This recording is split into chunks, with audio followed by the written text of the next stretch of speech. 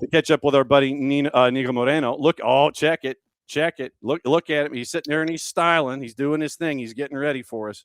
As always, my friend, it is great to see you. How are you with the lovely background there, sir? Oh, with the Pulso Sports background too. Check that out. Okay. Yeah, what's going on, John? SDH family, happy to be on as always. It is a wonderful Thursday out here in the PNW. We've had our first week of training with the Sounders. We got our first look at the group, at the players, and it's been pretty interesting to say the least. A lot of stuff going on around MLS, and of course, always happy to see you. We are in the cup number 2 of Joe with the Coug Cup, because today the Cougs will take on Gonzaga in basketball, which should be fun. Wow, Pullman v. Spokane, Battle of the Palouse. That's major. The Tupac going up against Gonzaga. That's going to be a fun one. So that's going to be Niko after dark. He's going to be paying attention to that one. That's right. We got a lot of stuff to get into. So I'll go ahead. I'll bite. So how was the first couple of availabilities up there at Providence and Swedish, as everyone is trying to figure out what it's going to look like in 26? What was it looking like for you up there? Well, look, definitely we got a sense of a team that is on the path to build from the success of last season and not from the disappointments of last season. Brian Schmetzer, during our first availability, said that he had some clips of that playoff loss to the team prior to, the first official training. He talked about a team that needs to hold himself more accountable, which I thought was pretty cool. I thought Brian Schmetzer really hit something on there. He talked about having those leaders on the field, those leaders of the past, the Nico Loderos, the Roman Torreses, and who were going to be the guys in this group that were going to hold others accountable, and they were going to be, leader voices in this locker room. So, look, I thought that Brian Schmetzer was spot on to phrase it that way, to emphasize on that. I think I even said it in the show. I thought last year there was a need for a louder voice on the field, and for those captains to maybe in moments where things were getting dicey, where, like we say in Spanish, cuando las papas queman, when the potatoes are burning, when things get hot, you need someone to really be a leader out there. So I thought that was a great point of emphasis. I asked them, playing him in simple, what were some of the things he was going to work on this season? Definitely, defense is one of them. I asked Christian Roldan the same thing yesterday. What's the biggest point of emphasis going into this Marbella and Portugal preseason? And he said we have to go back to being that defensive team of 2024. He said it's great that we score more goals. It was great that we're more offensive, but at the end of the day, we got to be better defensively, better in transition defense. So when it comes to the mentality, when it comes to the mindset, I feel like this team was spot on. Now, while we observed during this couple of days of training, it's also interesting, man. Look, they got a couple of young kids that they just signed, Yutza Kanome and Santiago Gomez.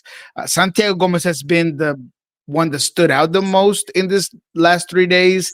Very good on the ball, creative, a player that's really going to be giving you a lot to think about when you're chasing a goal and maybe you want him to get some minutes. So that was very interesting. But the biggest highlight for me is that the top players, the leaders of this team, at least when it comes to the top salary guys, those guys came to play. Look, Albert Rusnak looks like a guy that's out there looking for a spot. Like he's a guy that maybe might not be a starter or something. I mean, he's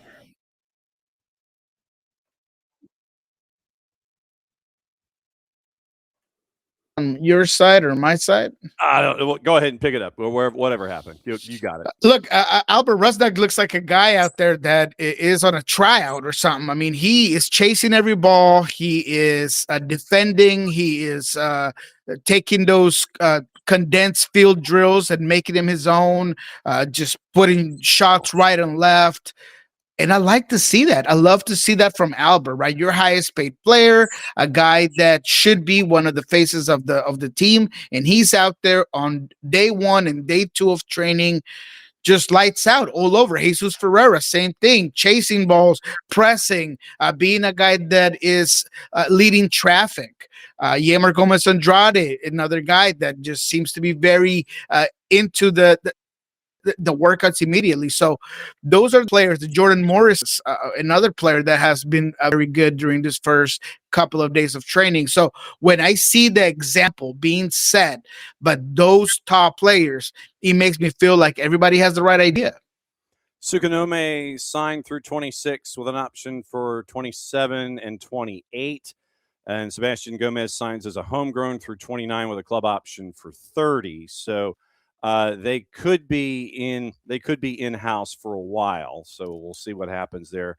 I know that those of us sickos that got to spend some time taking a look at MLS Next Pro, we got to see what Sukunome could bring to the table, and to me anyway, it seemed like it was just going to be a matter of time before he was going to get those first team reps and those first team ops. From the younger players' perspective, from those dudes that popped in last year that have always been a part of the DNA of Seattle. You know that the players that come through from academy, they're going to get their reps in Tacoma, then they're going to get their spots with Seattle, then they're going to get more minutes in Seattle, then they're going to stay.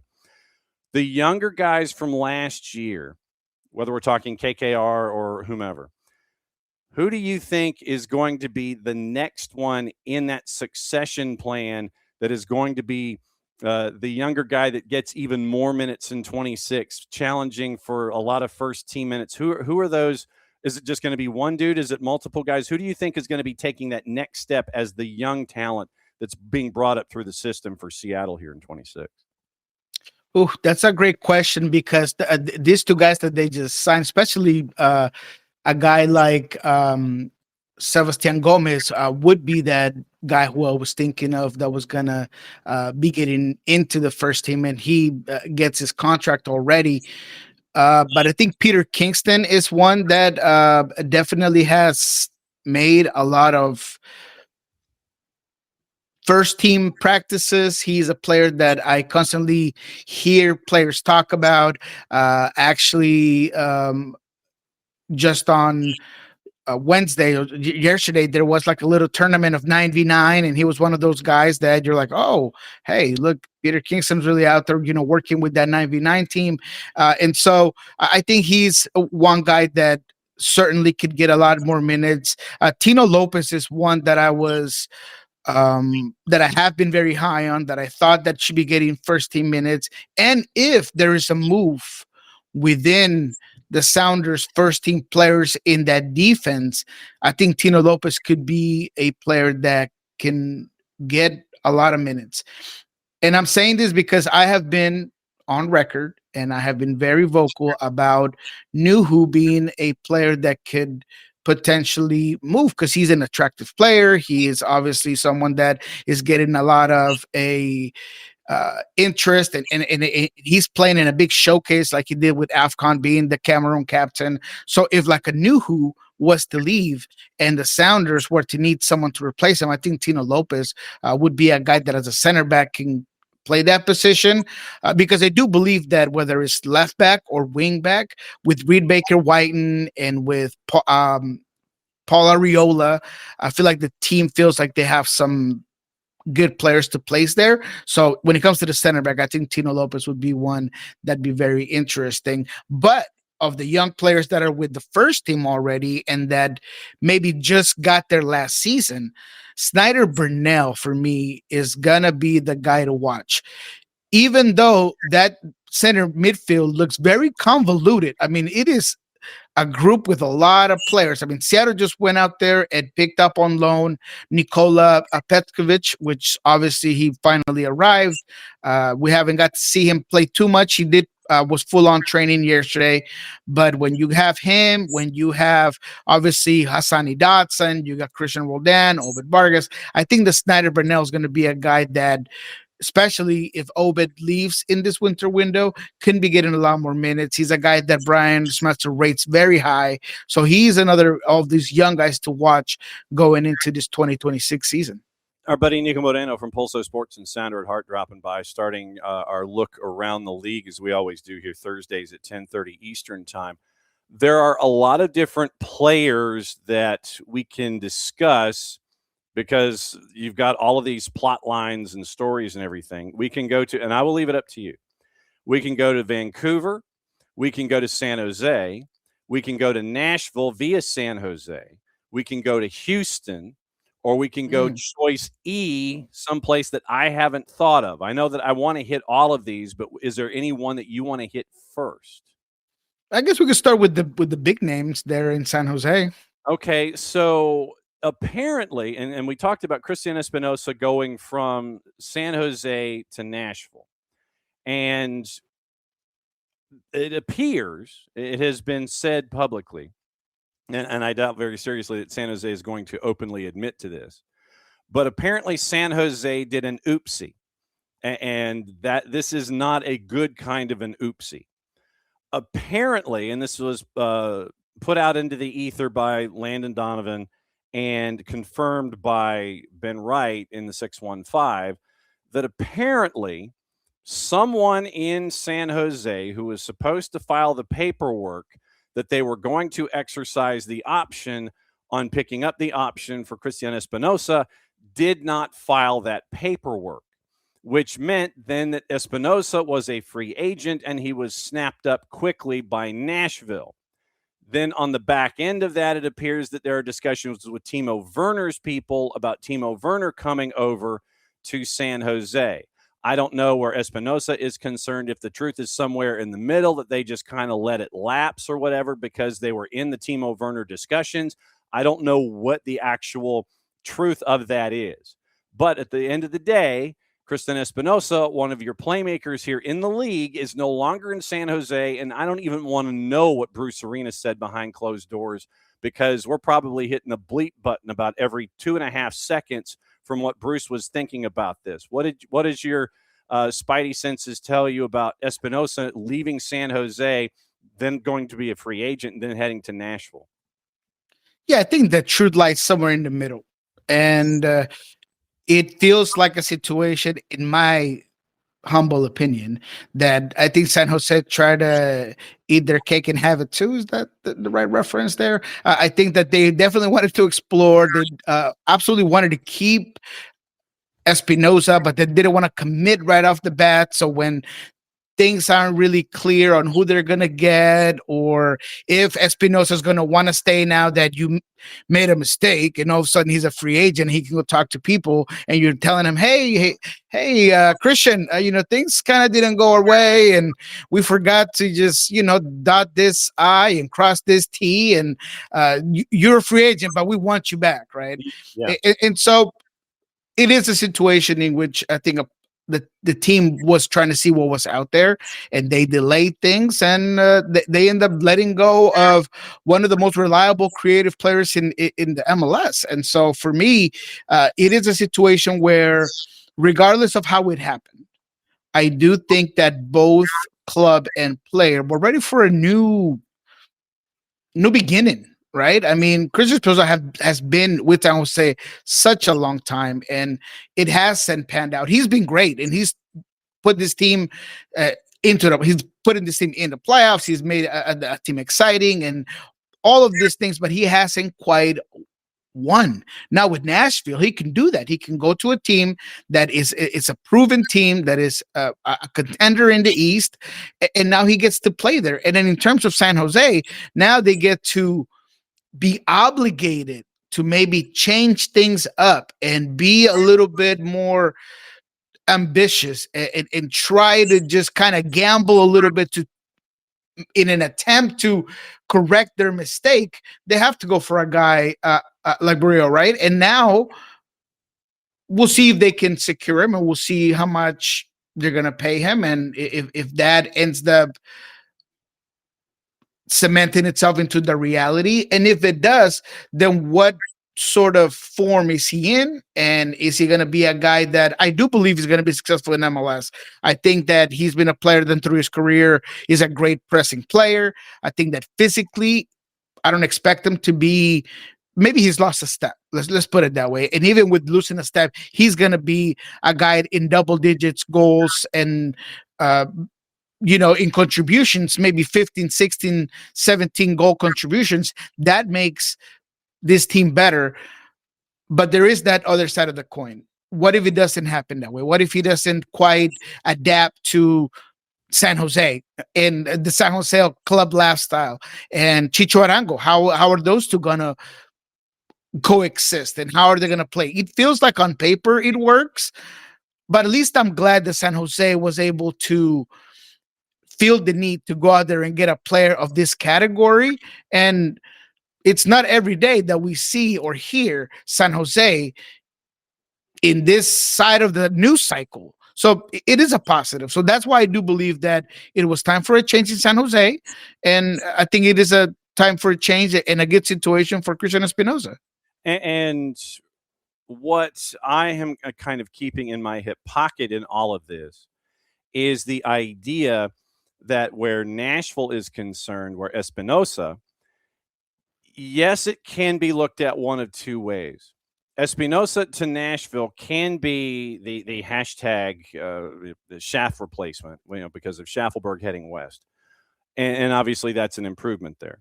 So you could have in one universe Espinoza, Surridge, Mukhtar.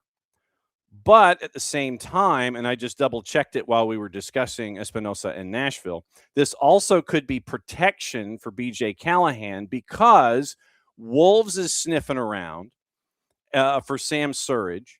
And there are other teams in the English Championship that are sniffing around for Sam Surridge as well. And Wolves is trying to figure out what they're going to do if they lose a Jurgen Strand-Larsen. So is it, once again, you could look at this one of two ways. Is it making sure that you've got insurance if Wolves step up to the plate and offer Nashville SC a boatload of money for Surridge, the offer that they can't refuse? Or is it a three-headed monster? And so I want folks to keep that in mind as well, that Espinoza to Nashville could either be, yes, a three-headed monster or insurance in case someone comes with a big paycheck for Sam Surridge to leave and go back to Europe. I honestly think that Nashville's front office and BJ Callahan are more concerned with winning this season than getting a payday for Sam Surridge. And again, that's with no insight at all. But when I look at the trajectory of what Nashville has done since they got into MLS, last season is the one time where you kind of felt like, man, this team is different. They have a chance. They play exciting. They've been playing well the entire season. And once you get a bit of a taste of what it is to feel like a team that is starting to be in headlines and your fan base is getting excited because they're so good, you want to keep that train going. And BJ Callahan is a winner. He's always been. He wants to be a guy that's going to have a great season. So I think if you ask BJ, hey, we have X amount of money, a irrefusable offer for Sam Surridge, but we don't know we're going to get you a guy right away. Maybe it's going to be in the summer window. I think BJ is going to be like, can we just hold him for next season? Let me have one chance at this three-headed monster. Let me see how it works out. And if he is as great as I think it is, I think we're better off just having a great season than just selling him right off the bat. So even with the irrefusable type of offer, I do think that BJ Callahan and Nashville would rather have, let's call it, a chance at a MLS final than getting a payday for Sam Surridge. So that might not be the case, but that's just the way I see it. Okay. Tristan Blackman, soap opera, Dos Mujeres, Un Camino. We could get into that, Ah. or we could get into Ache Ache and version 2.0 in Houston. Where do you want to go next? No, we could go to Houston, but let me say this last thing about Timo Werner. Obviously, we've seen this sort of hype before with a guy like Insignia. Now, I don't want to compare those two at all, Yeah. but when I hear a lot of the narratives of what he's going to come in and do, and how this is the greatest thing since saltines to kind of hit the market. I just say let's keep the expectations where they are. It's still San Jose, and that's no disrespect. I'm just saying that there is a lot of other gaps that San Jose needs to do, and Timo Werner at this time of his career, he can only do so much. So I like that pairing up top. I think Chicho can coexist with Timo, especially because Timo does the things that Chicho doesn't in terms of pressing and pushing and running behind defenses. And Chicho Rango has at times played the false nine and has been a good distributor and can get behind. So I think it could work, but there's a lot of other elements that I think need to come together for San Jose to be a good team. So let's go to Houston, where I think it'd be interesting how much and how effective Bogut's can be if they get it done with Cruz Azul. Yeah. Look, Houston is really loading up, and I appreciate that Houston's fan base has been in dire need for an exciting team. I think that the potential of bringing back, oh no, it's already official, bringing back Ache. I think it's a good move. It gives you leadership, gives you a guy that can have some magical moments. He's a guy that's going to be able to distribute and do a lot of things. But mainly this team just adding on defense. The kid from Botafogo escapes my mind. I think that's important. Obviously, if they can get Boguts, I thought that in Liga MX, he was a little bit inconsistent. I'll admit that he had some injury concerns and things, but I do remember the high ceiling that Boguts has. And if they are able to bring him in from Cruz Azul, I think Houston's going to be a team to watch in the West. Logan Erb in goal, added from NC State. Reese Miller, defender from Virginia. Agustin Buzat from Sarsfield via transfer. That's another good one. Lucas Halter was the defender you were trying to think of from Botafogo. Yes. Guilherme from Santos on a transfer, and then Ache Ache on a free, which helps out. Social media response in the community in Houston has been mixed. They remember the exit, and they remember that individual in a key situation not behaving well on the pitch, and that has come up as a part of this as well. To your point, also to counteract that, yes, you're bringing Ache Ache back. You know what he can bring to the table, what he has in the past, but how has the year and a half away, how has that impacted him? Where are his steps? Is he a step slow? Has he reinvented himself? I think those are the questions for Houston. But yeah, to your point, Buzat in the midfield, Halter on defense, Guilherme from Santos, and Ache Ache. That's four big swings that the front office is taking in Houston. Yeah, look, and Guillermo is a very interesting player. I think that he does give them a lot of what they were missing last season, which is another creative player, another guy that can create chances that can be hard to defend. I do think that what happens with Linger is going to be interesting. Did he underperform last season? I think so, especially for the commitment of money that you put in there. Where can this team move on, and how they're able to play Ben Olsen style soccer? It's all part of what Houston has been held back by, but I really do like the acquisitions. On paper, they're a lot better, and with how much shifting there has been in the West, I would not be surprised if Houston is the Minnesota of this season. Okay, Vancouver, we don't know what we don't know. Tristan Blackman, and we have had the discussions back and forth. You've got Michelle Kaufman with the Herald. You've got Tommy Scoops, Tom Bogert, who have been saying that, yes, it's a done deal, that he's going to be a part of Messi and Friends, and then no, he's not. He's re-upping in Vancouver, and then Tristan Blackman doesn't show up for the first day of training camp as he's trying to get a new deal.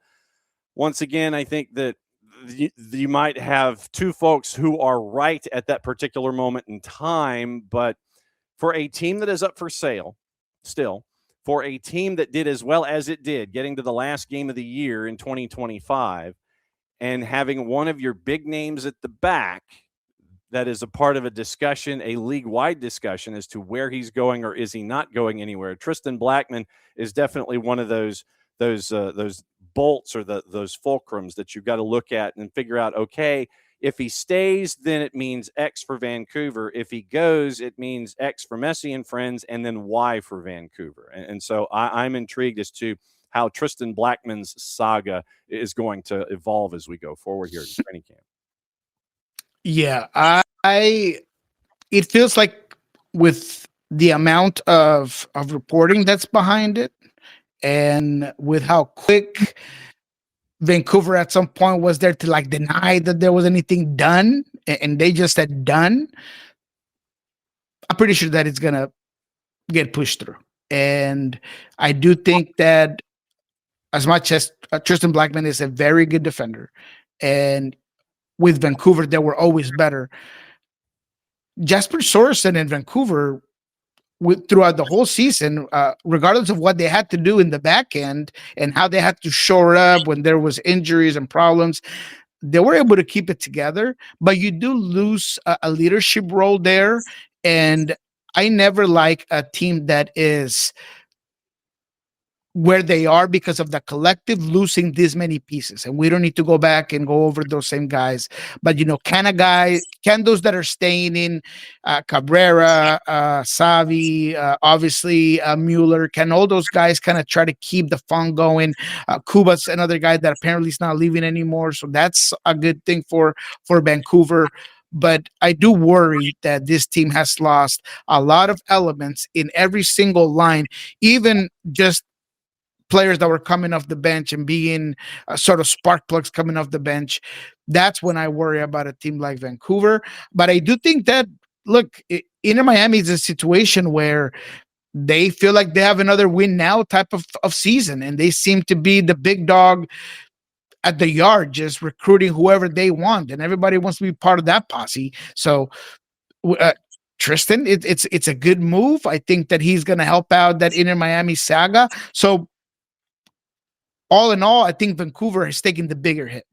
And regardless of what Jasper Sorensen can do and the way that he can move the elements that he does have as part of this team, there's going to be a gap. There's going to be a void. And I don't see how Vancouver doesn't have to, in January, end of January and early February, get very busy to try to fill in, to shore up some of his absences. A couple of things that have hit the wires while we've been talking. It looks like Sporting Kansas City, in addition to bringing in Rafa Vicky as their new head coach, they signed free agent forward Calvin Harris, 11 plus 10 in his MLS career. So he is now a part of Sporting Kansas City in their first week of training camp. FC Cincinnati has also officially now acquired Brian Ramirez from Liga de Quito, 25-year-old Ecuadorian winger, pending receipt of the P1 visa and his ITC contract through 28-29 with an option for 29-30. Over 100 professional appearances with LDU Quito, 10 plus 17 in his time there. And it was 7 plus 6 and 49 appearances last season, leading Liga de Quito to the semis of Libertadores, their best finish since 2008. So the 5'8", 25-year-old winger is now transferred from LDU Quito from the Ecuadorian League, once again pending receipt of the P1 visa and the ITC, through 28-29 with an option for 29-30.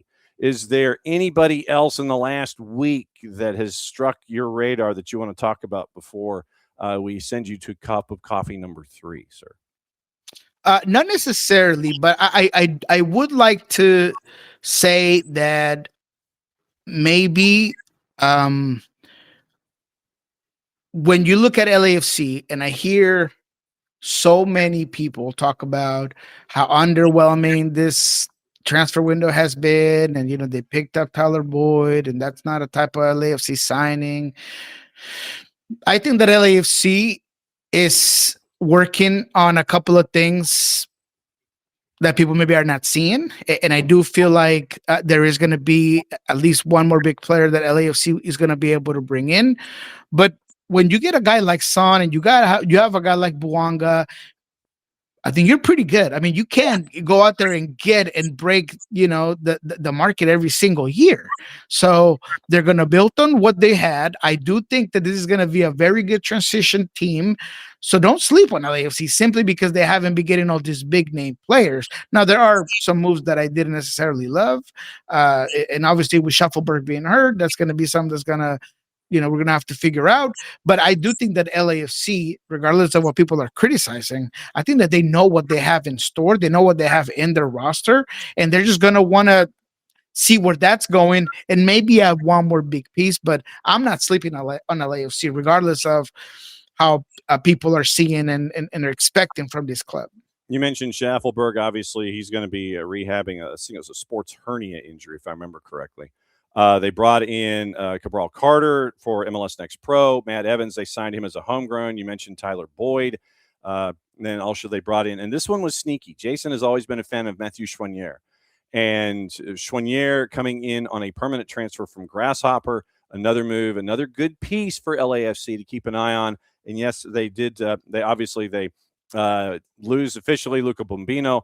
Baluta, Odin Thiago Holm on the loan expiring. Jailson, he might be coming back into the league. We'll get into that in a second. David Ochoa gone, Saldana gone, Frankie Amaya, his loan has expired as well. All right, what else is going on at Sounder at Heart and Pulso Sports? Because I know that you'll be reporting next week live from Marbella to let us know what's going on with the Seattle Sounders as they're taking everything over there by storm. What's the latest? I wish I'm still figuring out if I go to Marbella, and just because he said that actually the team is going to Portugal first, and then they'll end up in Marbella. I am considering going to Marbella. I just have to try to figure out if I can pull it off. But it's going to be more in February, so I'm still trying to see if I can swing it. But regardless of, you can definitely find all of the information that we'll have at least for this week. With Sounder Hard, we're going to be getting together with Jeremiah to drop the very first what we learned this week. You do not want to miss that. We're going to be breaking down who are the standouts, what are we thinking about these new players, what have we seen from a guy like Nikola Petsovic, how could that look like? We might have some news that might be brewing of some players. We're going to try to see if there's any updates on Obed. So go ahead and check that out Friday for sure. Jeremiah and I on the Sounder Ahad Podcast Network, as well as Sounder Ahad YouTube channel. On Monday, we'll, of course, be with Ari Lillenwald doing Lobby Scorchers to break down league as a whole, but obviously we always focus on what happens with the Seattle Sounders. And now we'll have a lot of very interesting interviews on Pulso Sports. So whoever I talk to this week, I'm looking for maybe a Jesus Ferreira, maybe an Obed Vargas, just as an exclusive for Pulso Sports. So go ahead and check that out. You don't want to miss out on any of that information.